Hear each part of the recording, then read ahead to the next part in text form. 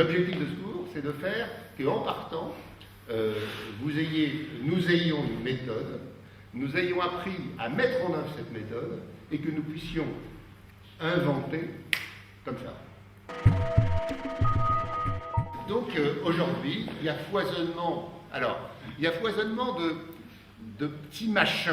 Alors, petit machin, ça peut s'appeler des sorbets brûlants, ça peut s'appeler des spaghettis de carottes, ça peut s'appeler des écumes, ça peut s'appeler des perles de melon. Ça peut...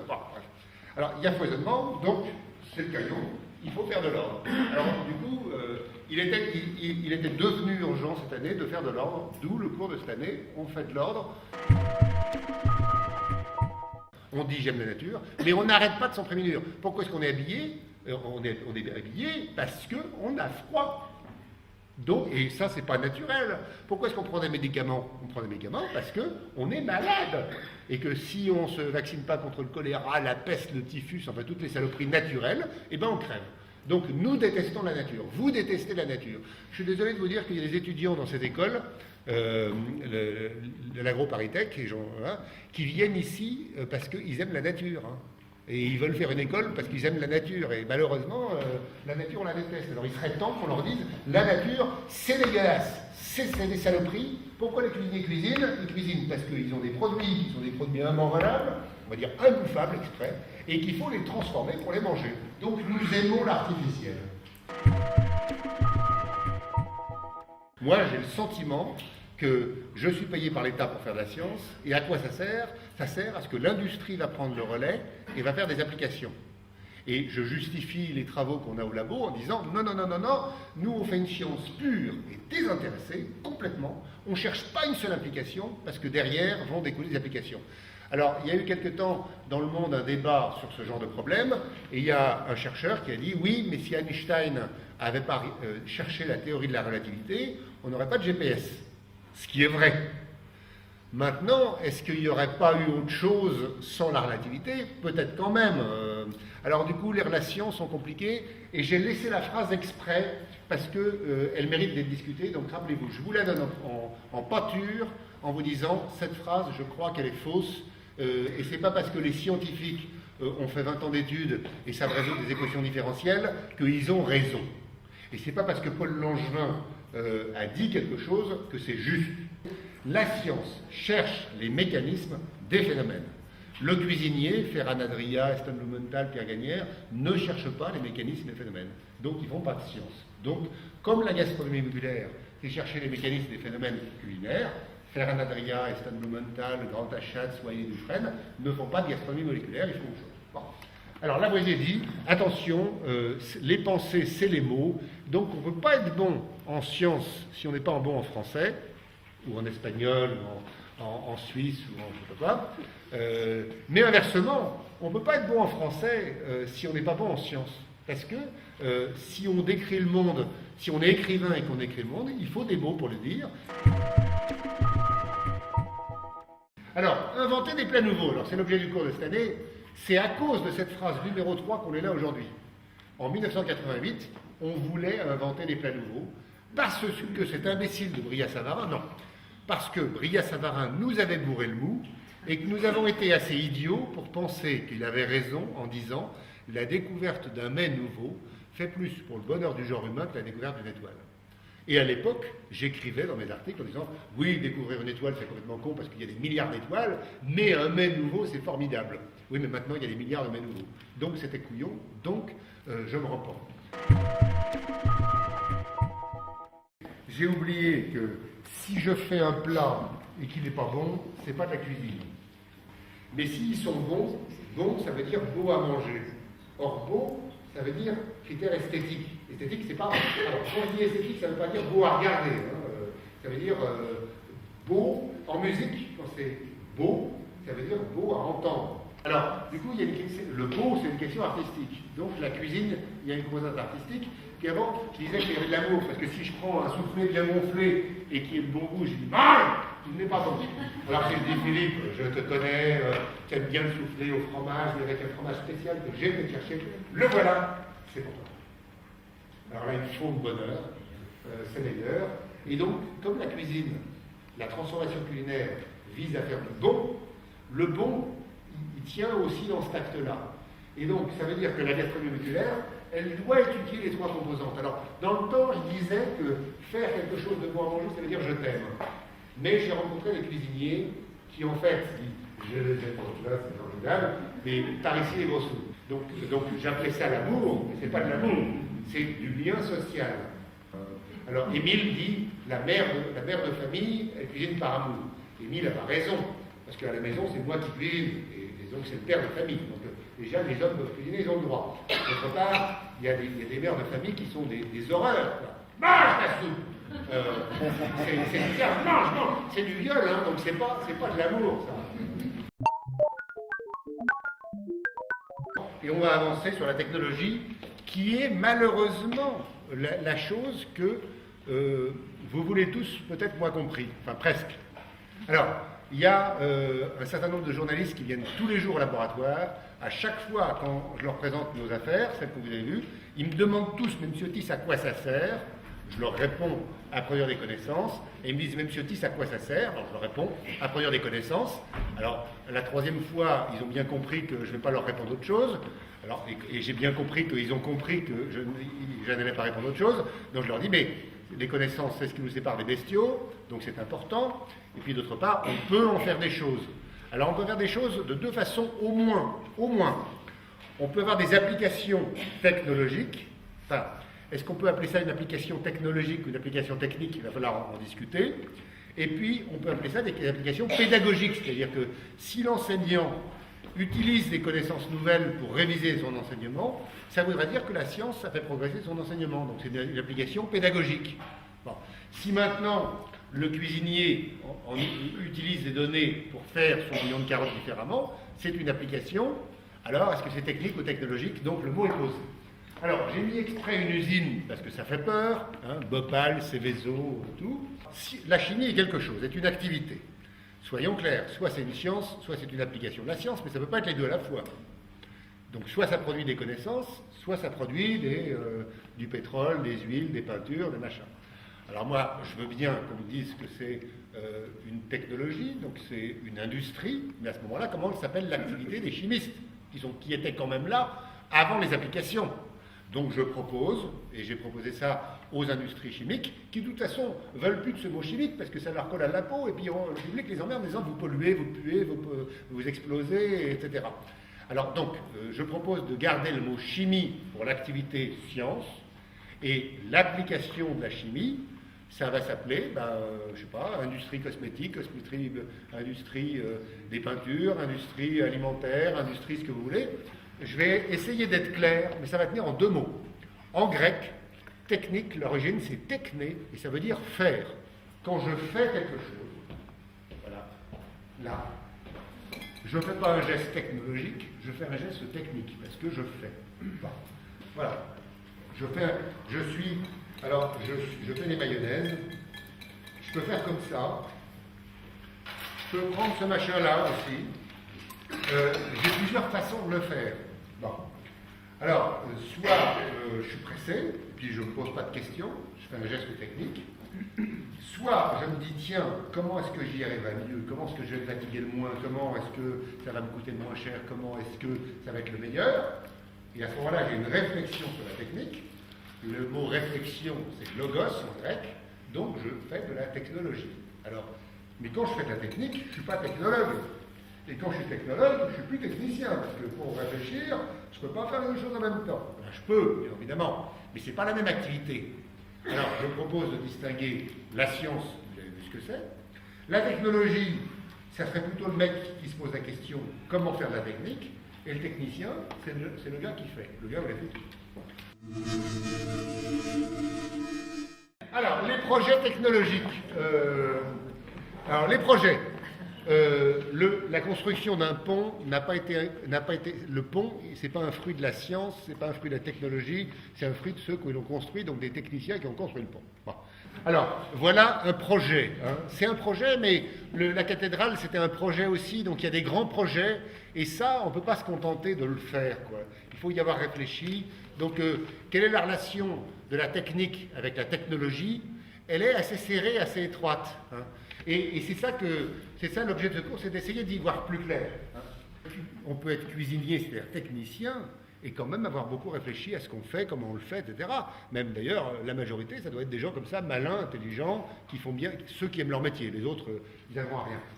Ce qui est rigolo, c'est que quand vous... donc voilà une vraie image de poulet rôti, c'est comme ça qu'on faisait. Hein. Ils y ont pensé, et puis ils ont fait des crémaillères qui tournaient avec des poids qui descendaient, ils les ont fait verticaux. Suite droite, alors je ne sais pas si quelqu'un a fait du poulet rôti comme ça, en tenant la broche à la main, si près du feu, mais on est rôti en même temps que le poulet. Hein. À droite, c'est un objet absolument merveilleux. Ça s'appelle une... Alors, dans les livres de cuisine du 19e, en général, il y avait des planches en fin de livre où ils vendaient des matériels comme ça. Celui-là s'appelle une coquille verticale, c'est-à-dire que, en fait, le feu se faisait plutôt devant, comme ça. On mettait ça, on approchait ça de la cheminée. Ça fermait la cheminée, donc ça chauffait plus la pièce, mais cette partie-là servait de réflecteur, c'est-à-dire que les infrarouges arrivaient et se réfléchissaient, et la cuisson se faisait beaucoup plus vite.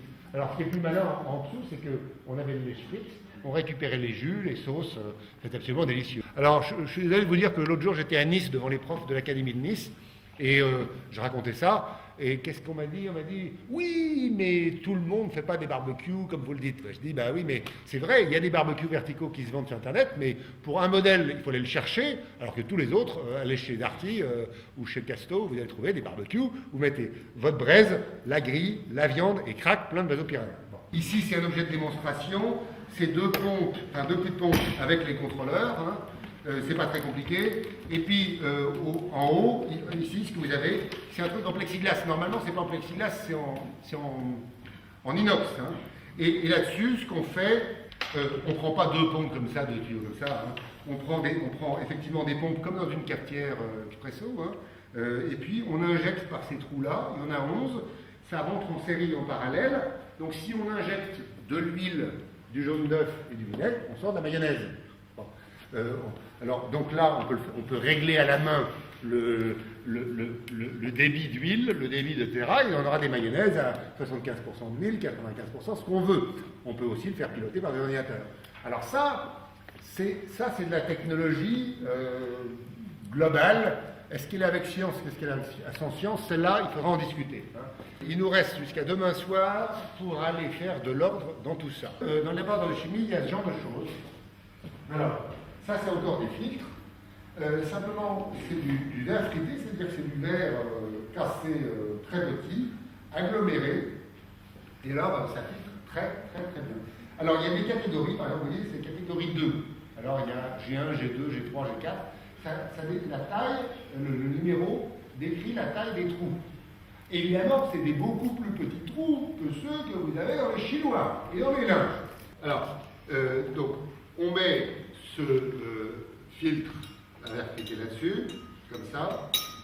On pose là-dessus. Et avec celui-là, ça c'est une pompe. Plus on pompe, plus on enlève d'air. Voilà. Les expériences en présence d'Antoine Westermann et d'Émile Jung à la foire européenne de Strasbourg ont montré que sur les consommés de tomates, ça fait plus limpide. Ils filtrent mieux, point. Avec ça, on n'a pas besoin de gâcher du blanc d'œuf. Alors maintenant, on a introduit un nouvel outil pour faire une opération qui est quand même ancienne, qui s'appelle la décantation. C'est mieux que d'incliner de bocal. Alors après, on peut en faire des tas de choses. Donc par exemple, si j'y mets voilà le bêta-carotène. Alors celui-là, il va aller où?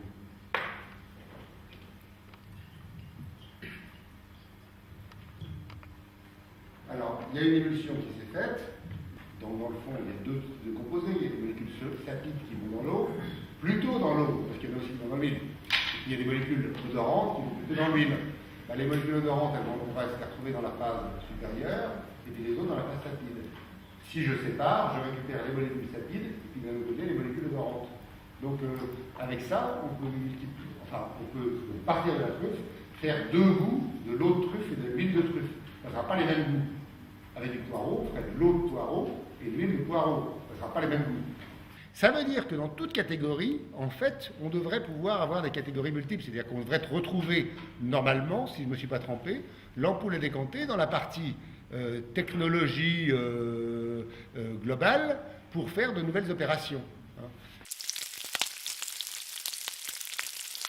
Bon, pour faire prendre en gelée mon bavarois, il me faut, l'ordre de grandeur c'est 1%.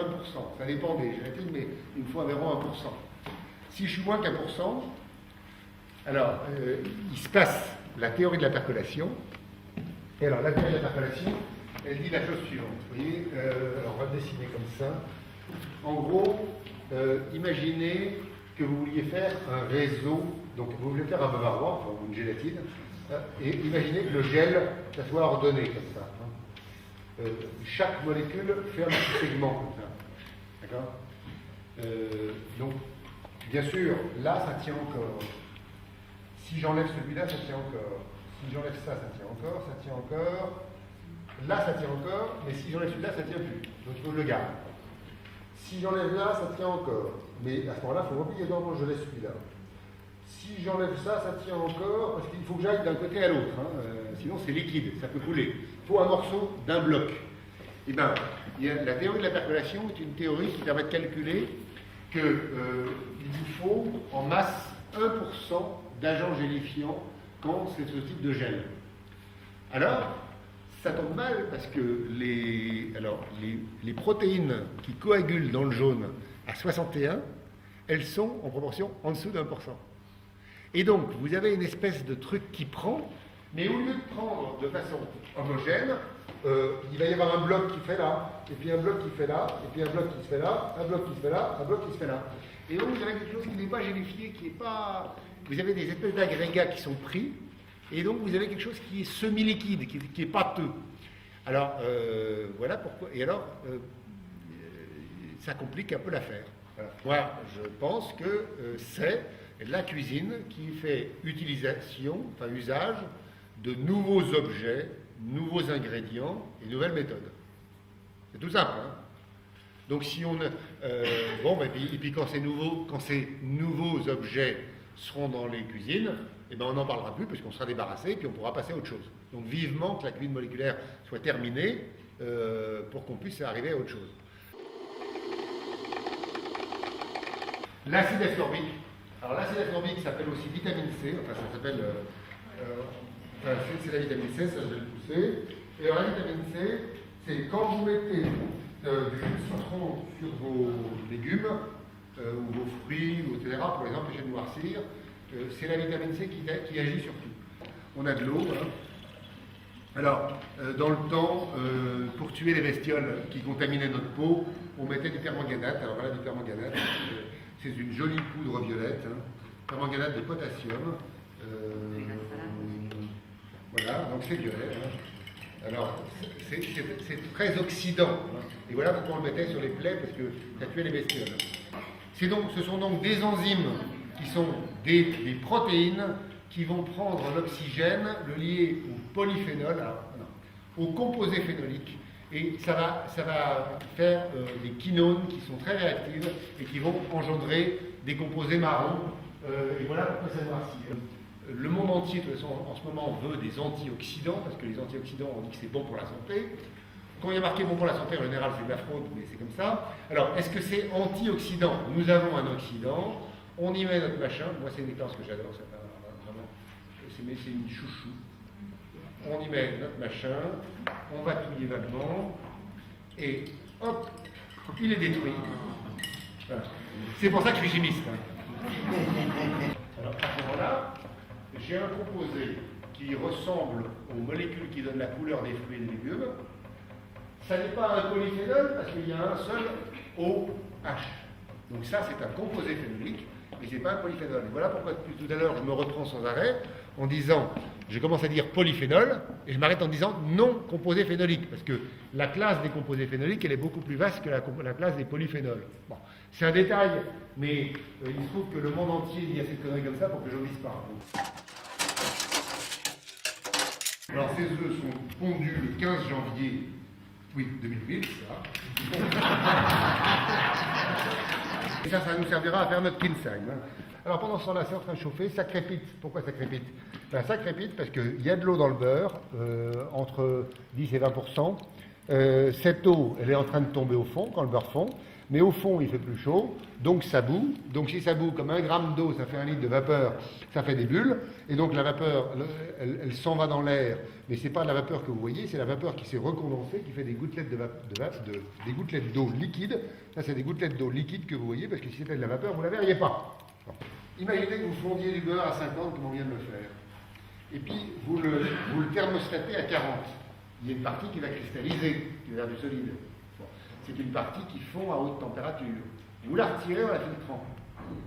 Donc vous avez, à partir du beurre, fait 2 matières grasses, une partie qui fond à haute température et une partie qui ne fond pas à haute température. Alors après, vous gardez cette partie qui fond à haute température, elle n'a pas les mêmes propriétés de fusion et de tenue à la température ambiante que l'autre. Et donc on fait comme ça des beurres tartinables, en mettant une grande partie liquide dans une petite partie solide. Alors ça, personne ne nous empêche de le faire à la maison. Hein. Et d'ailleurs, avec l'huile d'olive, quand on mettait de l'huile d'olive au frigo, il y a une partie qui se solidifie. Et ça, c'est de la cristallisation fractionnée, c'est pas nouveau. L'industrie Harillet et autres l'utilisent, mais n'importe quel cuisinier peut s'amuser, à partir de sa plaquette de beurre, à faire des beurres différents, qui auront des goûts différents, des consistances différentes, des textures différentes, et c'est pas la peine d'aller les acheter très cher dans l'industrie. Est-ce que c'est un ingrédient nouveau? Non. Mais ça va conduire à des ingrédients nouveaux. Est-ce que c'est un produit nouveau? Un matériel nouveau? Bon non, parce que c'est des matériels qu'on peut utiliser, qu'on a déjà. Alors vous voyez, c'est une catégorie qui est compliquée. Et ce qui est intéressant, c'est que cette idée de fractionnement, on l'a appliquée au beurre, mais pourquoi est-ce qu'on ne l'appliquerait pas à la carotte, au navet, à la viande, au poisson, à la langoustine, pour en faire d'autres choses? On va faire une mayonnaise. Donc quelqu'un sait faire une mayonnaise? Oui, on y met du vinaigre. Hein. Donc on va mettre une cuillerée comme ça.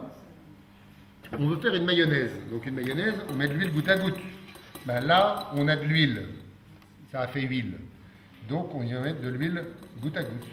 Alors ce coup-ci, je ne veux pas la rater. Hein. Donc je la bats bien. La bats bien, ça veut dire que au lieu de disperser l'eau dans l'huile, je vais disperser l'huile dans l'eau. Alors pour l'instant tout va très bien, alors ça devient crémeux, mais c'est normal, hein, bon, enfin c'est normal, c'est rassurant disons. Hein. Mais vous voyez que c'est quand même un peu long, hein. On aurait une cuvée ultrason, ça sera quand même plus facile. Hein. Alors en fait dans la mayonnaise il y a les deux qui jouent, il y a les lécithines, mais il y a surtout les protéines. Et donc, et alors voilà, là c'est parfait, ça va très bien, voilà. Plus je la bats, plus elle va blanchir et plus elle va prendre. Alors voilà, la voilà ici, alors elle est très belle. Vous voyez, elle est très belle, c'est une sauce, la trace reste dedans, hein. Elle est vraiment liquide, t'as ça. En longueur en bouche derrière, on va sentir le beurre, mais seulement en fin de bouche. Hein. C'est pas une mayonnaise, c'est pas une béarnaise, et c'est pas un beurre blanc, et c'est pas une hollandaise, parce que les beurres blancs, les hollandaises, l'œuf doit être cuit. Alors que là, je vous avais vu que j'ai pris la précaution de le faire à température assez basse.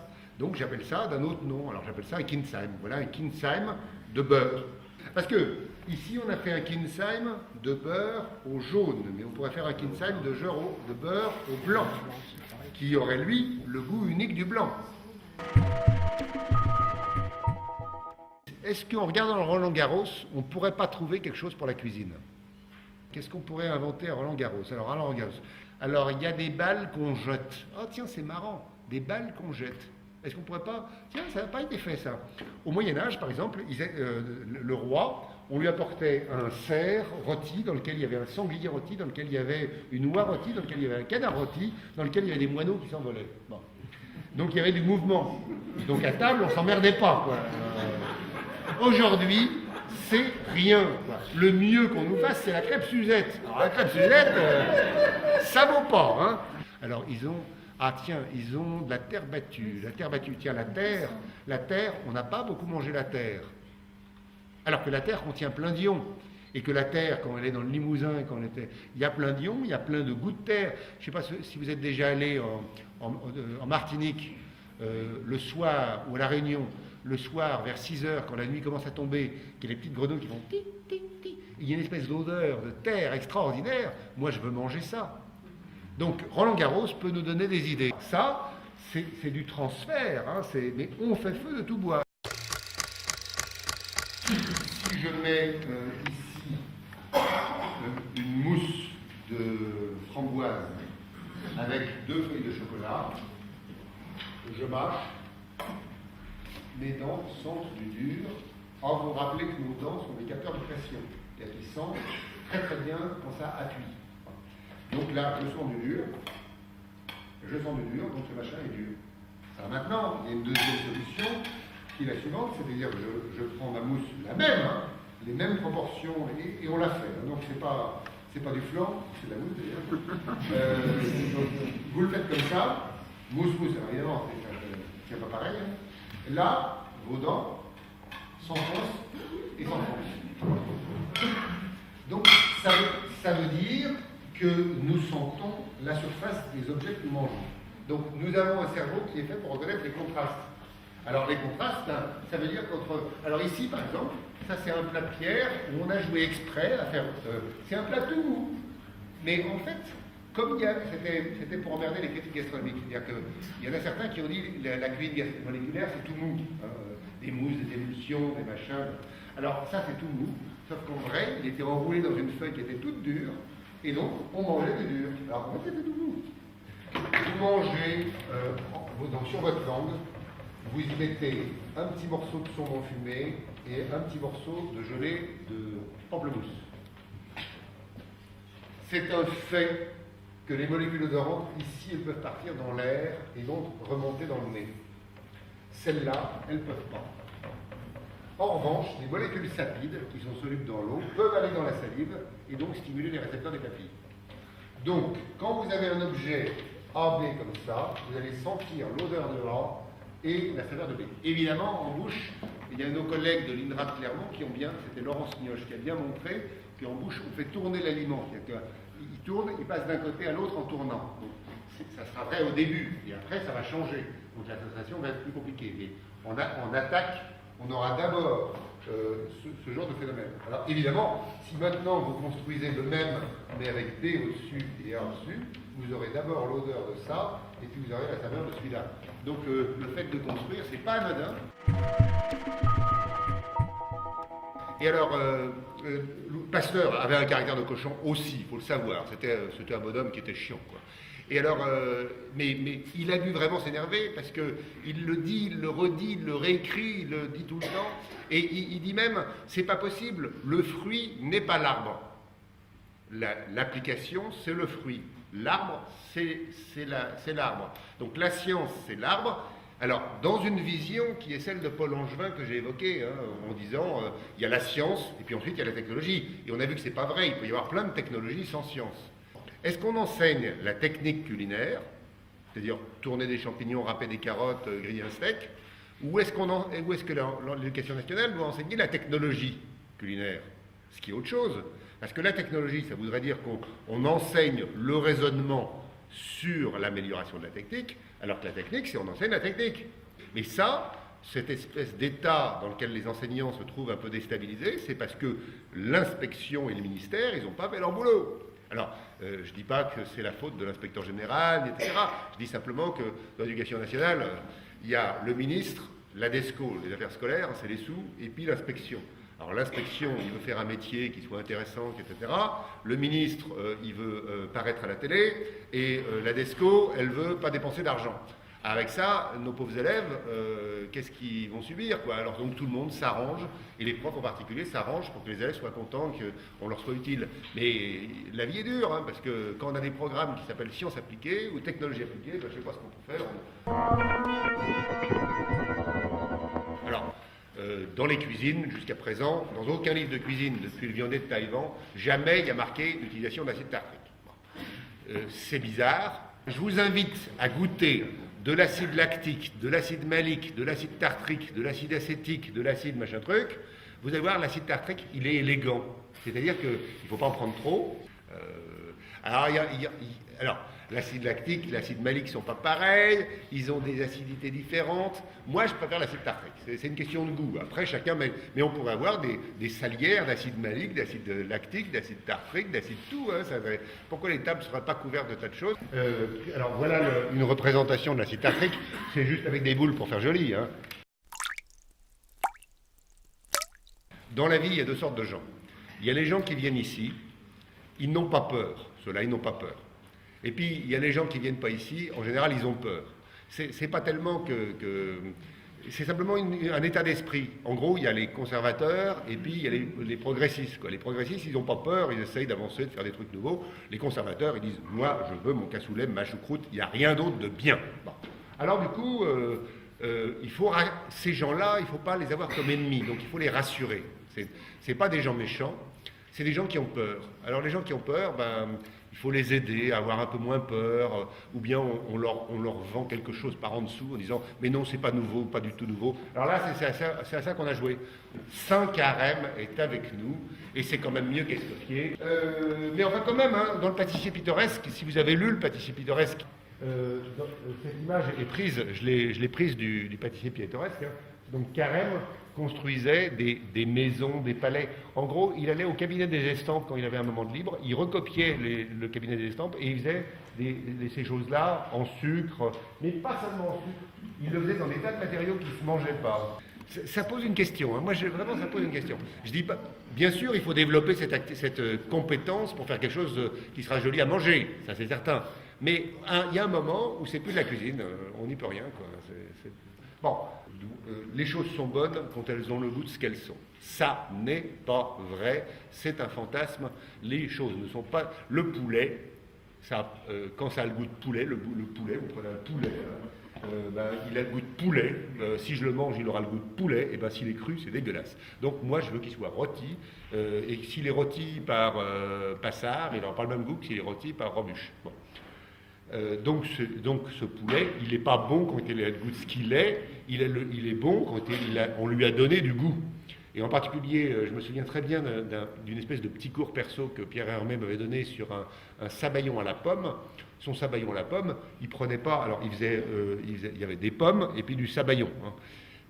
C'était pas du sabayon à la pomme, c'est-à-dire que pour arriver à donner un goût, il le composait, c'est-à-dire qu'il mettait du poivre, il mettait du piment d'Espelette, ensuite il mettait un peu de machin, et puis il disait, tu vois, je mets du jus de citron parce que ça va rehausser le piquant, puis le piquant je le mets, mais il y a du piquant froid et du piquant chaud, et puis ça mettait 1 heure à composer un plat qui était un sabayon à la pomme. Donc il n'y avait pas le goût de sabayon à la pomme, il y avait le goût de sabayon à la pomme par Pierre Hermé.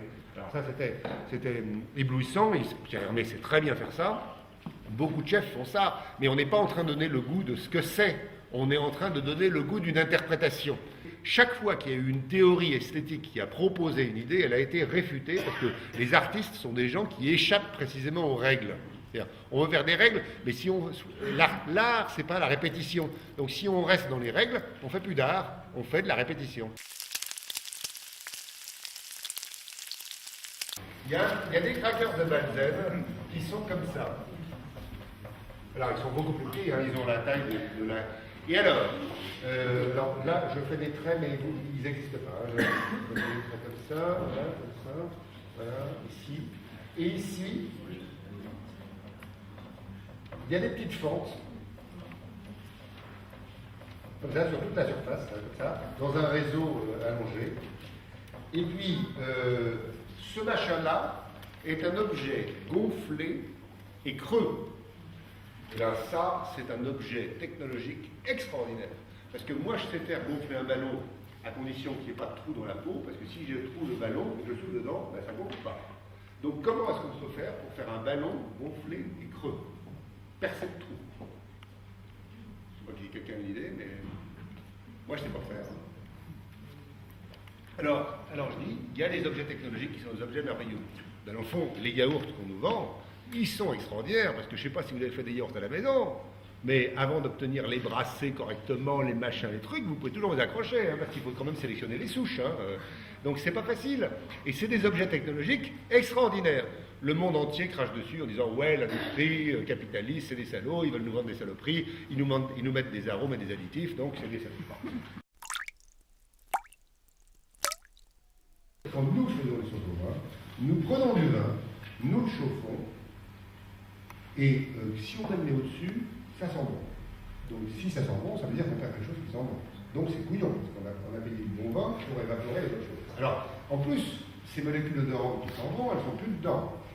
Alors qu'est-ce qui reste quand je fais réduire la glace? Il reste les sucres, des acides aminés, de l'acide tartrique, des choses comme ça. Parce que, en plus, le vin, il faut évaporer l'eau. Alors, évaporer l'eau, ça coûte beaucoup d'énergie. Est-ce qu'on ne pourrait pas prendre une membrane, osmose inverse, machin truc, pour évaporer? Ouais. Donc il y a quelque chose à faire. Alors ici, la solution qui a été prise, c'est de dire, on ne va pas mettre trop d'eau pour en enlever. On va mettre juste la quantité d'eau qu'on veut. On va mettre dedans tout, et ça sera tout prêt, tout d'un coup. Donc là, il n'y a plus d'opération. On a la sauce conservant synthétique, plaque, d'un coup. Enfin, Maillard, c'est quand même un grand bonhomme, quoi. Ce bonhomme, il a découvert une réaction chimique très importante. Alors, en gros, la réaction de Maillard, il y a une confusion terrible qui règne au sein de l'aliment, c'est qu'il me mélange la caramélisation avec la réaction de Maillard, avec la déshydratation des sucres. Quand il y a des mélanges, ça veut dire qu'on ne va pas y voir assez près.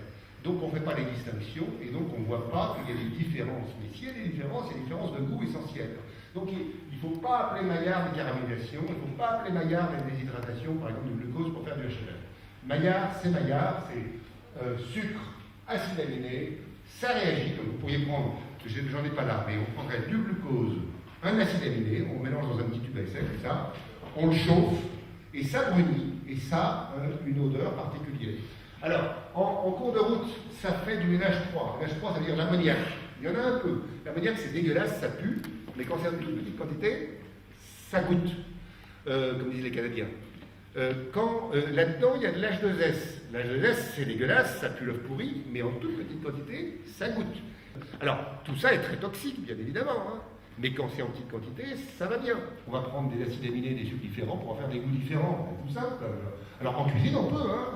On peut mettre du glucose, on peut prendre un acide aminé, on en tartine un morceau de poulet, c'était des manips que je faisais il y a 20 ans, un coup de chalumeau par-dessus, ça brunit, ça donne bon goût. Et puis si on change le sucre et l'acide aminé, ça change de goût. Et dans une croûte de poulet, il y a des oxydations, il y a des hydrolyses, il y a des tas de réactions marrantes, des pyrolyses, des tas de réactions. Il y a notamment du Maillard. On peut se servir du Maillard, on peut se servir aussi des autres. Il ne faut pas se condamner. Alors, par ignorance, on dit que le Maillard, ça a lieu à haute température et dans l'absence d'eau. C'est pas vrai. Si je mets ma carotte avec un tout petit peu d'eau et des feuilles de gélatine, voilà des protéines, en milieu acide, je chauffe longtemps. La protéine va s'hydrolyser, donc ça va se couper en petits morceaux, je fais des acides aminés. Avec des acides aminés, et puis l'eau s'évapore un peu, et il y a des sucres qui sont produits par la carotte.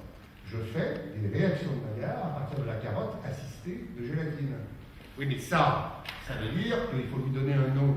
Parce que si on dit ça, c'est de la chimie, quoi, c'est insupportable. Alors appelons ça demi-glace de légumes, parce que ça ressemble à des demi-glaces. Alors là, on a des Maillard, mais on comprend bien que dans la catégorie généralisation qu'il va y avoir dans le tableau, il doit y avoir aussi oxydation, pyrolyse, etc. Hein, parce que les réactions chimiques, si on sait les maîtriser, on peut faire des tas de trucs intéressants. Bon. Les salades ont des feuilles. Donc les salades, c'est vachement intelligent. Bon. Simplement, les salades, moi j'en ai marre. C'est pas très novateur. Donc faisons des salades artificielles. Alors qu'est-ce que c'est que les salades artificielles? C'est des feuilles et qu'on met avec une vinaigrette dans une assiette froide. Ça, c'est pas très dur. Alors voilà, on a pris des tomates, on les a réduites en jus et on a fait gélifier pour faire une feuille de tomate. Ici, on a pris la vinaigrette. On l'a fait prendre en feuilles, donc voilà les feuilles de vinaigrette. Et bien, au total, on fait des salades artificielles. Là-dedans, il n'y a pas une seule feuille naturelle. Il y a même des salades là-dedans, mais qui ont été décomposées en jus puis refaites en feuilles. Et c'est intelligent parce qu'il y a la feuille, mais maintenant, le cuisinier peut maîtriser son goût. Il est plus... Et c'est la même question que tout à l'heure sur les sauces molaires. C'est pourquoi faire ça? Parce que sinon, dans 3 siècles, je serai encore avec ma salade. Alors, quelles sont les notes avec lesquelles on peut jouer? C'est des molécules pas toxiques de préférence. Alors, je sais qu'il y aura des accidents. Hein. Il va bien y avoir un gugus qui va nous prendre une molécule vachement toxique, qui va le mettre dans son plat, qui va nous le servir, et les gens vont crever. Ça va arriver. Alors, si vis pacem parabellum, si tu veux la paix, prépare la guerre, si tu veux pas l'accident, essaye de baliser un peu. Donc on va essayer de baliser sur des molécules pas trop dangereuses. Il y a le glucose, c'est pas dangereux. Il y a le glycérol, il ne faut pas en abuser quand même, mais c'est vrai que ça donne de l'oxygène au vin. Il y a les composés phénoliques, il ne faut pas en abuser non plus, parce que c'est des composés antinutritionnels, mais il y en a des marrants. L'éthanol, ça gêne personne, c'est très toxique, mais ça gêne personne. Alors, est-ce qu'on peut mettre des produits chimiques dans les aliments? Les aliments ne sont faits que de produits chimiques, donc la réponse est oui. On mangera demain ce qu'on a décidé de manger. On mangera demain ce qu'on nous aura préparé. On mangera demain le travail qu'on aura fait. Si on ne fait rien, on sera condamné à la crêpe Suzette. Et alors, est-ce qu'on aura peur de la chimie? Non. Alors, on mangera demain. Est-ce qu'on mangera demain? Alors voilà Berthelot. Est-ce qu'on mangera demain? Alors voyez, en l'an 2000, dit-il, il y a un siècle, il n'y aura plus ni pâtes, ni agriculture, ni laboureurs. Le problème de l'existence, de la culture du sol, a été résolu par la chimie. Le salaud. La solution économique du grand problème, le problème alimentaire, par la chimie. Il dit la chimie, les autres sont des cons. C'est ça qu'il dit en gros. Il dit les autres sont des cons. Bon, les agriculteurs, c'est des minables, etc. Les cuisiniers, n'en parlons pas. Et puis un jour viendra où chacun emportera pour se nourrir une petite tablette azotée. Pardon. Nous croyons à la petite tablette azotée et ce n'est pas possible. Nous avons chacun plein de possibilités de faire bien travailler. Merci.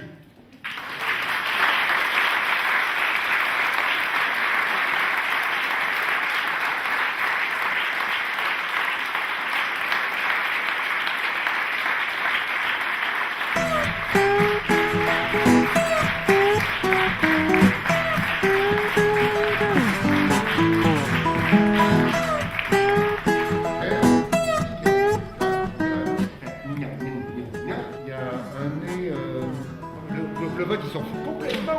La démocratie en matière de choix, on s'en tape. Qui aime la fondue savoyarde? Oh, j'ai dit. Voilà. Donc si je vous crie vive la science, faites pas toujours de science, c'est peut-être pas utile si vous êtes dans l'industrie. Mais c'est comme les épinards. Heureusement que j'aime pas les épinards, parce que si j'aimais les épinards, j'en mangerais. Or, je déteste les épinards. Ouf, enfin la science va peut-être être utile, parce que pour l'instant, elle était complètement inutile. Pourquoi? Parce que c'est pas normal, dans le fond, que ce soit un scientifique qui fasse un cours sur la technologie. Ça devrait être des technologues. Ça paraît tout à fait évident, quoi.